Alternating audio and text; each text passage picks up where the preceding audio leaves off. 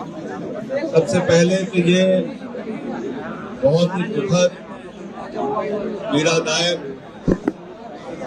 हादसा है और मैं अपनी ओर से, अपनी पार्टी की ओर से जो छात्र मारे गए हैं इस दुखद घटना में,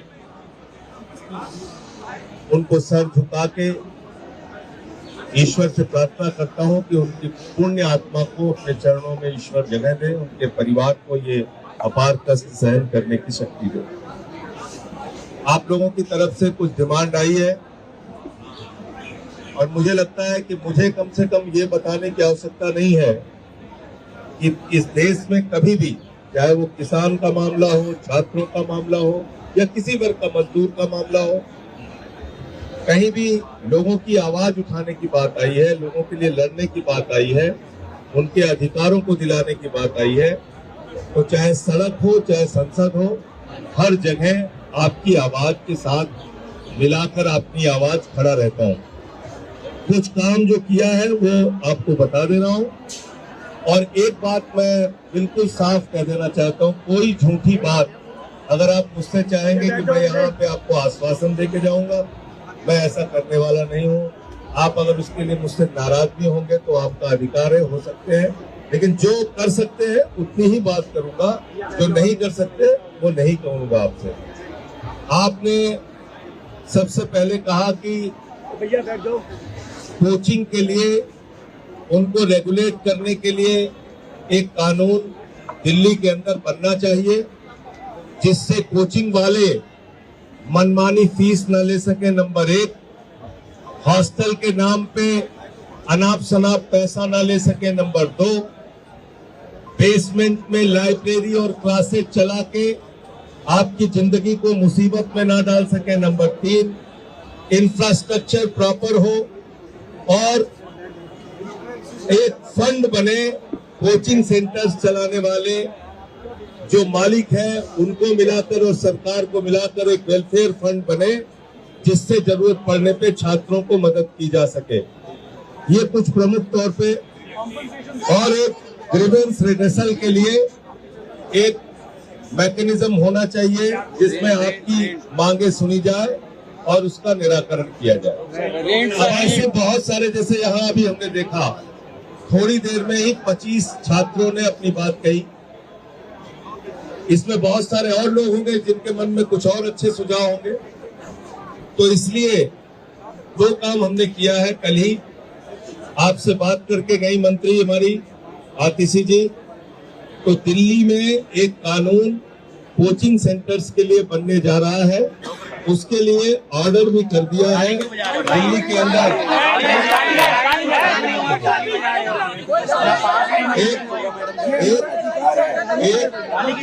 ऑर्डर इसके लिए हो गया है और इसमें 10 स्टूडेंट आपको अपनी तरफ से चुन के देना है।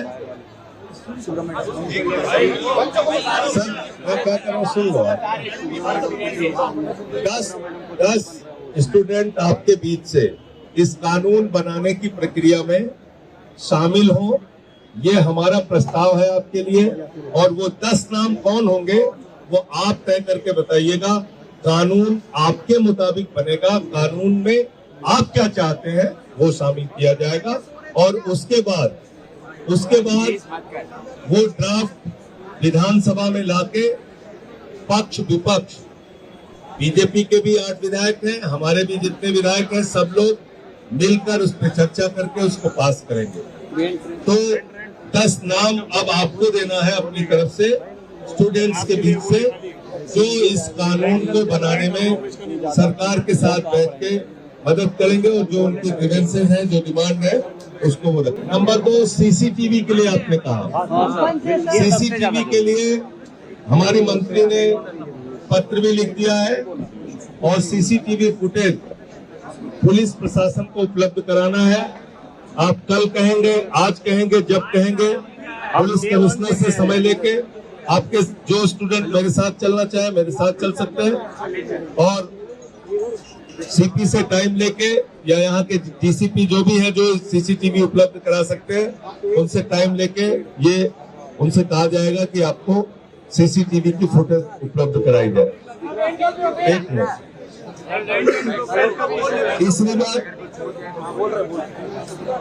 तीसरी बात जो नौकरी वाला सवाल था, आप सब जानते हैं सर्विसेज एलजी के पास है और 4 लोगों की नौकरी की बात आपकी तरफ से रखी गई थी।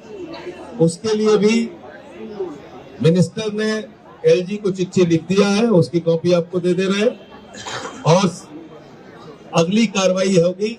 एलजी से चल के बात के वो भी आए थे यहाँ पे, एलजी महोदय भी, उन्होंने भी कहा था आपकी डिमांड को पूरा करेंगे। उसके लिए भी उनसे चल के बात किया जाएगा कि सर्विस की डिमांड जो कही गई है आपकी तरफ से वो पूरा किया जाए। दूसरा, लाइब्रेरी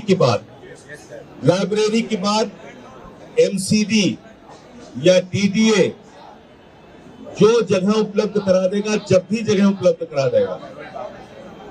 मैं आपने एमपी लेट से भी सहयोग करने की बात कही। एमपी लेट से किसी भी व्यक्ति का व्यक्तिगत सहयोग नहीं किया जा सकता, उसके नियम में नहीं है। ना एमएलए लेट से किसी को डायरेक्ट मदद की जा सकती है। हाँ, एमपी लेट से और एमएलए लेट से कंस्ट्रक्शन कराया जा सकता है, पब्लिक लाइब्रेरी बनवाई जा सकती है। आपके तीनों स्टूडेंट्स की स्मृति में, उनकी याद में मैं आज ही आपको चिट्ठी दे दूंगा। अभी आप हमारे साथ चलेंगे तो 5 करोड़ रुपए की हमारी सांसद निधि है। 1-1 करोड़ की पब्लिक लाइब्रेरी अपनी सांसद निधि से उन तीनों स्टूडेंट्स के लिए जमीन मिलने पे, जमीन जैसे मिल जाएगी आप उसको मंजूरी करके उसको। रजत ने कहा कि एमसीडी कमिश्नर ने कल उनको बताया है कि वो पब्लिक लाइब्रेरी अपनी ओर से नहीं बना सकते। चलिए ठीक है, इस समस्या का समाधान मेरे पास है। मैं 1-1 करोड़ रुपए तीनों के नाम पे अपनी सांसद निधि से दे सकता हूँ। उसमें एमसीडी कमिश्नर का कोई लेना देना नहीं, ये मैं कर सकता हूँ। एक अभी बात पूरी कर लेंगे, पूरी बात हो जाएगी। फिर ये होगा कि मैं आया बोल के चला है, उससे कोई फायदा नहीं। पूरी बात हो जाएगी। आपने मुझे बुलाया है तो पूरी बात मेरी सुन लीजिए।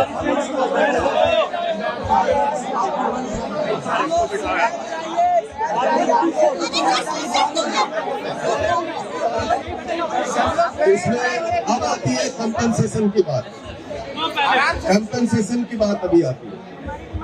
इस मुद्दे पे 10 लाख रुपए दिल्ली सरकार और 10 लाख रुपए एमसीडी, ये तो आपको तुरंत दे सकते हैं। आपने कहा कि लॉन्ग टर्म में बताइए और तत्काल में बताइए, दोनों चीजें कहा।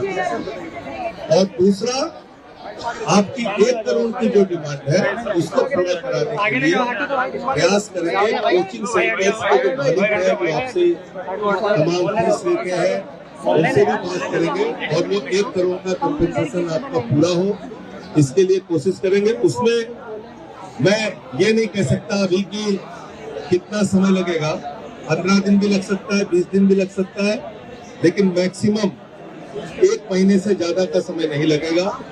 और मैं देखिए, फिर मैं कह रहा हूँ, मैं झूठी बात नहीं करते जाऊँ। आप नहीं, मैं आपसे फिर कह रहा हूँ, अगर आप चाहते हैं कि मैं कह दूं कि मैं कल ही करा दूंगा, मैं साहब सॉरी सर, मैं नहीं कह पाऊंगा। मैं जो कर पाऊंगा वही बताऊंगा। तो ये काम इसको पूरा कराने में कम से कम 15 दिन में हो जाए, 10 दिन में हो जाए, 1 हफ्ते में हो जाए, लेकिन 1 महीने में उसको हम लोग जरूर पूरा कराने का काम करेंगे। ये मेरी तरफ से पूरी बात है। अब आपको 10 नाम है जल्दी से मीटिंग के लिए रेंट रेगुलेशन उसी कानून में आएगा।